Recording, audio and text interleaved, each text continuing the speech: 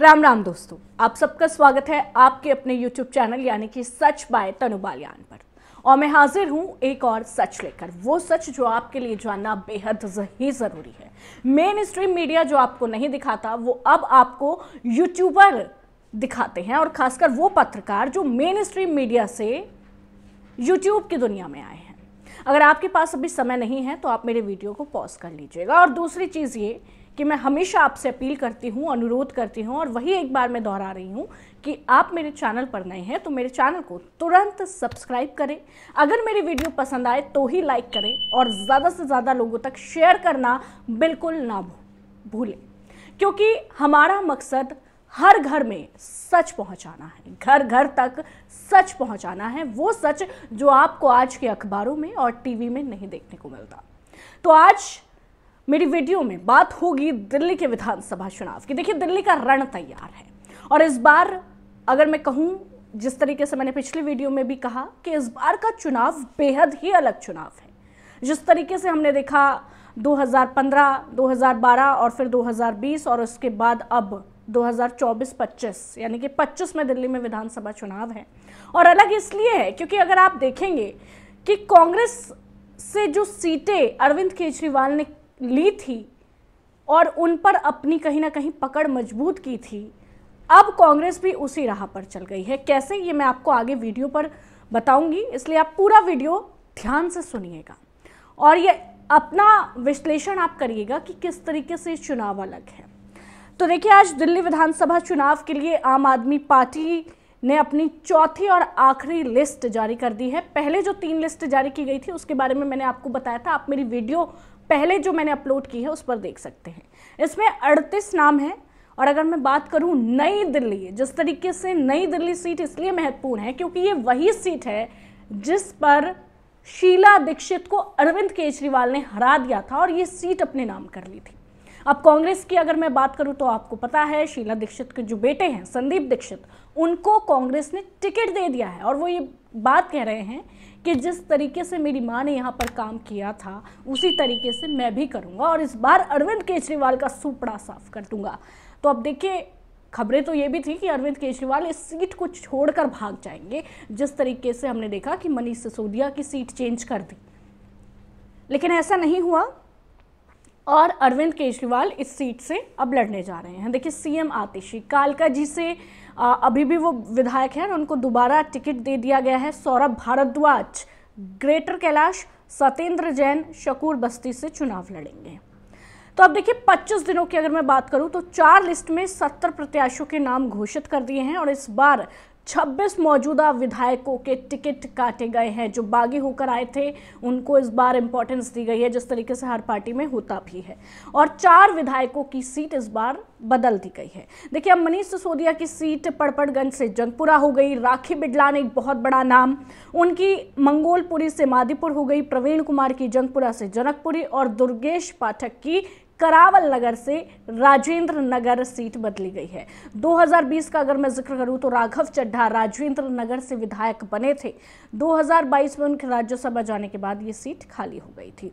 अब मैं उन 38 उम्मीदवारों का नाम आपको बताती हूं जिनको आज आम आदमी पार्टी ने टिकट दिया है। बुराड़ी से संजीव झा, मैं आपको बता दूं कि अभी भी बुराड़ी से संजीव झा ही हैं।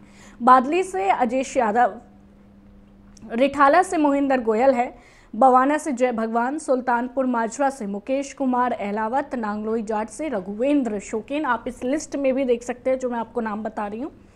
त्रिनगर से प्रीति तोमर है, वजीरपुर राजेश गुप्ता, मॉडल टाउन से अखिलेश पति त्रिपाठी, सदर बाजार से सोमदत्त हैं, मटिया महल शोहेब इकबाल, बल्ली मारान से इमरान हुसैन, पहले भी ये सीट इमरान हुसैन के खाते में थी, करोल बाग विशेष रवि, मोतीनगर शिवचरण गोयल, राजौरी गार्डन धनवंती चंदेला, हरिनगर से राजकुमारी ढिल्लो, तिलक नगर जनरैल सिंह, विकासपुरी महेंद्र यादव, उत्तम नगर से नरेश बालियान की पत्नी है पूजा बालियान, उनको टिकट दिया गया है, क्योंकि आप देख सकते हैं कि किस तरीके से नरेश बालियान जो है उनको अब कोर्ट के चक्कर काटने पड़ रहे हैं। द्वारका से विनय मिश्रा है, दिल्ली कैंट से वीरेंद्र सिंह है, राजेंद्र नगर से दुर्गेश पाठक, नई दिल्ली से अरविंद केजरीवाल चौथी बार है, कस्तूरबा नगर रमेश पहलवान, मालवीय नगर से सोमनाथ भारती हैं, RK पुरम प्रमिला टोकस, मेहरौली से नरेश यादव है, अंबेडकर नगर से अजय दत्त, संगम विहार से दिनेश मोहनिया, ग्रेटर कैलाश से सौरभ भारद्वाज चौथी बार,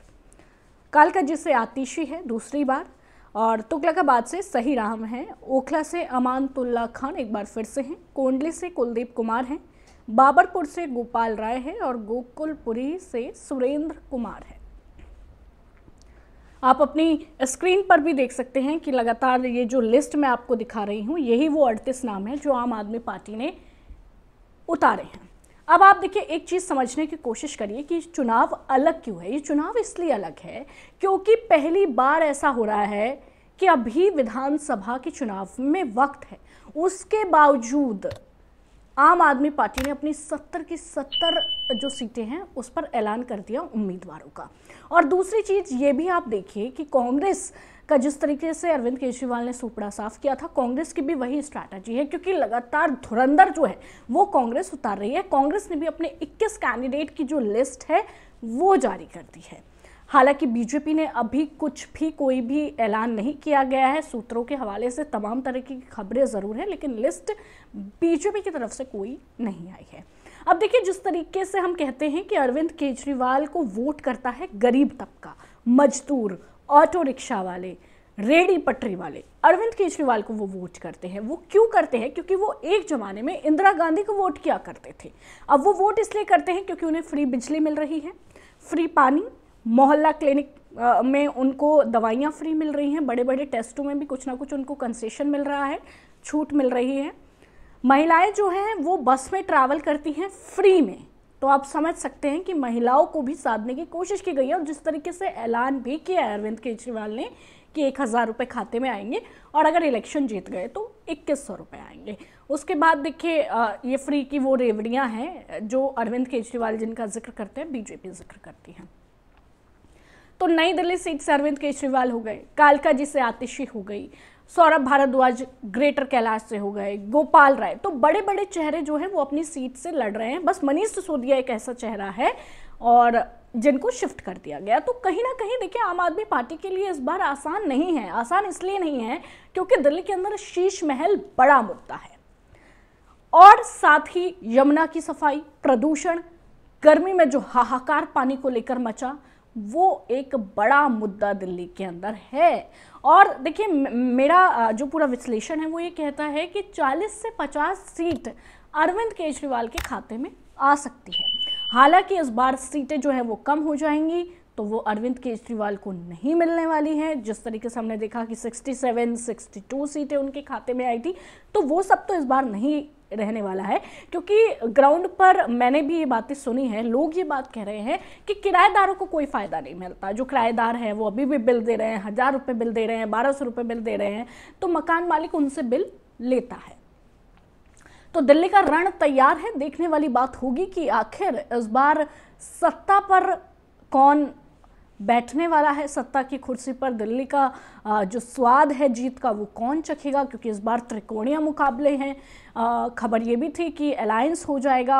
अब जिस तरीके से मनोज तिवारी का बयान सामने आया वो ये बात कह रहे हैं कि अरविंद केजरीवाल तो हो सकता है कि लिस्ट बदल दे, उनके पहले लिस्ट जारी करने से कुछ नहीं होता। तो देखिए, जिस तरीके से अरविंद केजरीवाल ने ये लिस्ट जारी की है और 70 विधानसभा पर अपने उम्मीदवार उतार दिए हैं, तो कहीं ना कहीं प्लस पॉइंट ये है कि जितने भी कैंडिडेट्स खड़े हुए हैं उनको ज़्यादा समय मिल जाएगा प्रचार प्रसार करने के लिए, और विपक्ष के लिए ये फ़ायदा हो जाएगा कि अब उसको ये पता चल गया है कि आम आदमी पार्टी ने कौन कौन से सीट पर अपने धुरंधर उतार दिए हैं, तो वो उसी हिसाब से अपने धुरंधर को उतारने की तैयारी करेगी। तो ये विपक्ष को फ़ायदा मिल जाएगा। अब देखने वाली बात होगी कि कितना अरविंद केजरीवाल ये कन्विंस कर पाते हैं, कितना वो ये बता पाते हैं जनता को कि भाई मैंने आपके लिए बहुत काम किया है, बीजेपी आएगी तो आपकी जो तमाम योजनाएं, जो फ्री की रेवड़ियाँ हैं वो बंद कर देगी। जितने अच्छे से वो लोगों के दिमाग में ये मुद्दे फिट कर पाएंगे, बैठा पाएंगे, उतना ज़्यादा उनको वोट मिलेगा। और जिस तरीके से लगातार बीजेपी और कांग्रेस शीश महल का मुद्दा, प्रदूषण का मुद्दा उठा रही है, पानी का मुद्दा, सीवर का मुद्दा उठा रही है, हाईवे का मुद्दा उठा रही है, सड़कों का मुद्दा उठा रही है, वो जितने अच्छे से मुद्दा उठाएगी उतना कहीं ना कहीं उनको फोकस मिलेगा। और देखिए, कांग्रेस का कॉन्सेप्ट क्लियर है। कांग्रेस उन सेक्टर्स पे फोकस कर रही है जो कि मुस्लिम एरिया है। जिस तरीके से हम बात करें चांदनी चौक, बल्ली मारान हो गया, और ये जो मुस्लिम इलाके हैं इन पर कांग्रेस का ज़्यादा फोकस इसलिए है क्योंकि कांग्रेस सिर्फ और सिर्फ मुसलमानों को साधने में लगी हुई है, जिससे कांग्रेस के खाते में 12 से 15 सीटें आराम से आ जाएंगी, ऐसा कांग्रेस को लग रहा है। बीजेपी का फोकस तो ओवरऑल दिल्ली पे ही है कि कैसे अरविंद केजरीवाल को जो जनता वोट करती है उनको अपने पाले में लिया जाए। और अब आने वाली देखने वाली बात होगी कि किस तरीके से जो बगावत के सुर हैं वो भी बहुत ज़्यादा है अरविंद केजरीवाल के खिलाफ, क्योंकि जिनको टिकट नहीं मिला है, टिकट काट दिए गए हैं, ये तो होता ही है इलेक्शन में, वो दूसरी पार्टियों में अब स्विच हो जाएंगे। तो ये भी देखने वाली बात होगी कि आखिर वो जो बागी हैं उनके स्वर कितनी तेज आवाज़ में जनता के बीच में पहुंचते हैं। फिलहाल के लिए इतना ही, मुझे दीजिए इजाज़त और हर एक अपडेट के लिए आप मेरे चैनल पर बने रहे लगातार, और दिल्ली इलेक्शन की हर एक लेटेस्ट अपडेट आप तक मैं पहुंचाऊंगी। इसलिए ज़्यादा से ज़्यादा लोगों से चैनल को सब्सक्राइब करवाना बिल्कुल ना भूलें ताकि आप दिल्ली की हर एक लेटेस्ट अपडेट से रूबरू हो सके। धन्यवाद।